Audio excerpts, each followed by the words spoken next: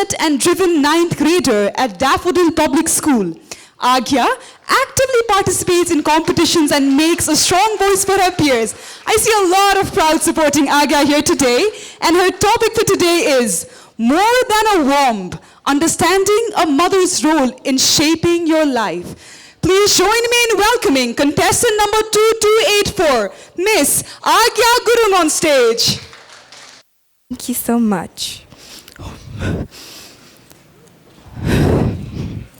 In the Mahabharata, there is a story of a warrior, a son, and a lesson. Before Abhimanyu was born, he was already learning inside of his mother's womb. He listened as Krishna revealed the secret of the Chakrayuddha. He listened and he learned how to get in. But before Krishna could reveal how to escape it, his mother fell asleep. Years later, on the battlefield, that half-learned lesson met his fate. As he charged in, he did not come out. Now, think for a moment. A mother's womb is not just a place where life begins. It is where we first learn, we first listen, and we first exist. If that is the power of a mother before birth, then imagine her beyond it. Hama, not just a word, but a legacy. Prithvi Narayan Saha once said, a mother's teachings depend on the fate of a nation. Because before he was a warrior, he was a son, learning at his mother's feet. Science tells that a small part of the baby's DNA is left inside of the mother's womb. Biologically, no matter how far you go, a small part of you will always be inside of our mothers. Now, I'll let you in a little story.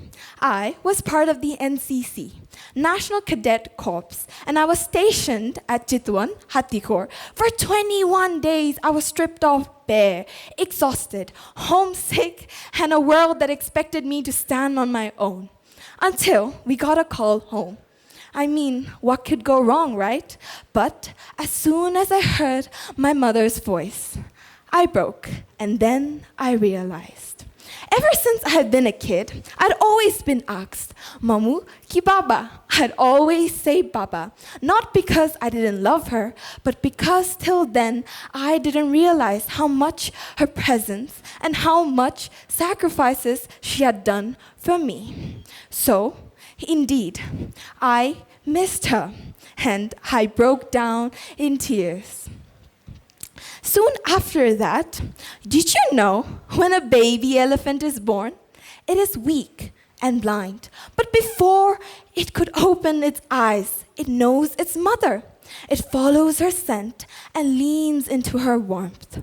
Now, whether in the untamed wilderness or in the arms of a mother is not just a womb, but she is the sole reason why we are here today. This sari that I'm wearing today is not fabric, but history. You see the pleats, the way they're bent and tucked in? This is how a mother bends and tucks away her dreams, her desires, her rest so our children could stand tall. And this pallu, draped over me, this is where her essence lives. The same pallu that she used to shield me from the sun, to wipe my tears with. Post-World War II, when the whole world expected Germany to ask for AIDS, for wealth, for power, for weapons, but instead, they asked for mothers. Because whether a myth or a fact, a nation can only be not built by the hands of power, but by the hands of a one who holds a child first. If I were burned, if I were damned of soul and mother, I'd know whose prayers would make me whole. Oh mother, oh mine, oh mother, oh mine.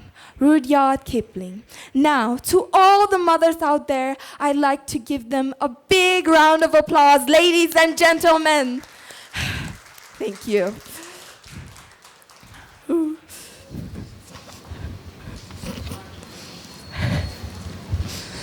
Thank you so much, Aagya. You've truly done justice to the topic, and I really miss my mother throughout this whole time. And all our respect and love to all the mothers present here.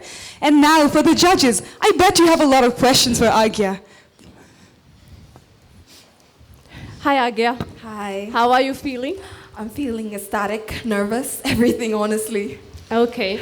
Well, I don't have any questions for you, but I really liked how you presented your speech. Thank you so Especially much, how ma'am. you related the sari to the mother's love. That was done wonderfully. Thank and you again, so compliment to your dressing sense for today's speech as well. Thank you so much, ma'am. That's Means really a wonderful. lot. Just a small feedback because I realized you were just looking at us. I'm Yes, not ma'am. sure whether other judges felt the same, but I realized you were just looking at us. The eye contact was with us only because there's audience around here. So you could have just moved around a bit because there's a lot of stage space there. So you could have used it a bit more, engaged with the audience on the other side as well. Sure. But all in all, you were very calm, poised, and you're very chill, I must say, while you're saying the statement. I didn't feel you're nervous at all. So best of luck. Thank you. Thank you so much, ma'am. Yeah, it was very nice presentation. Thank you so much, sir. I just want to ask you one thing. Have you ever missed your mother so bad? Have you ever felt your mother to be beside you in any situations of your life?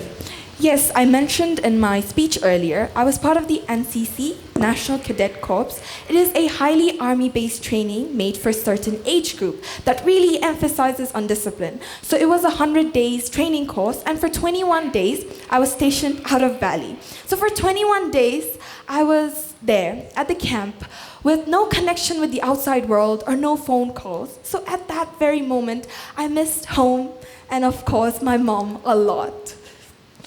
Thank you. Thank you so much, Aagya. I see a very proud mother. Maybe here or home. Thank you so much for being here. Thank you so much.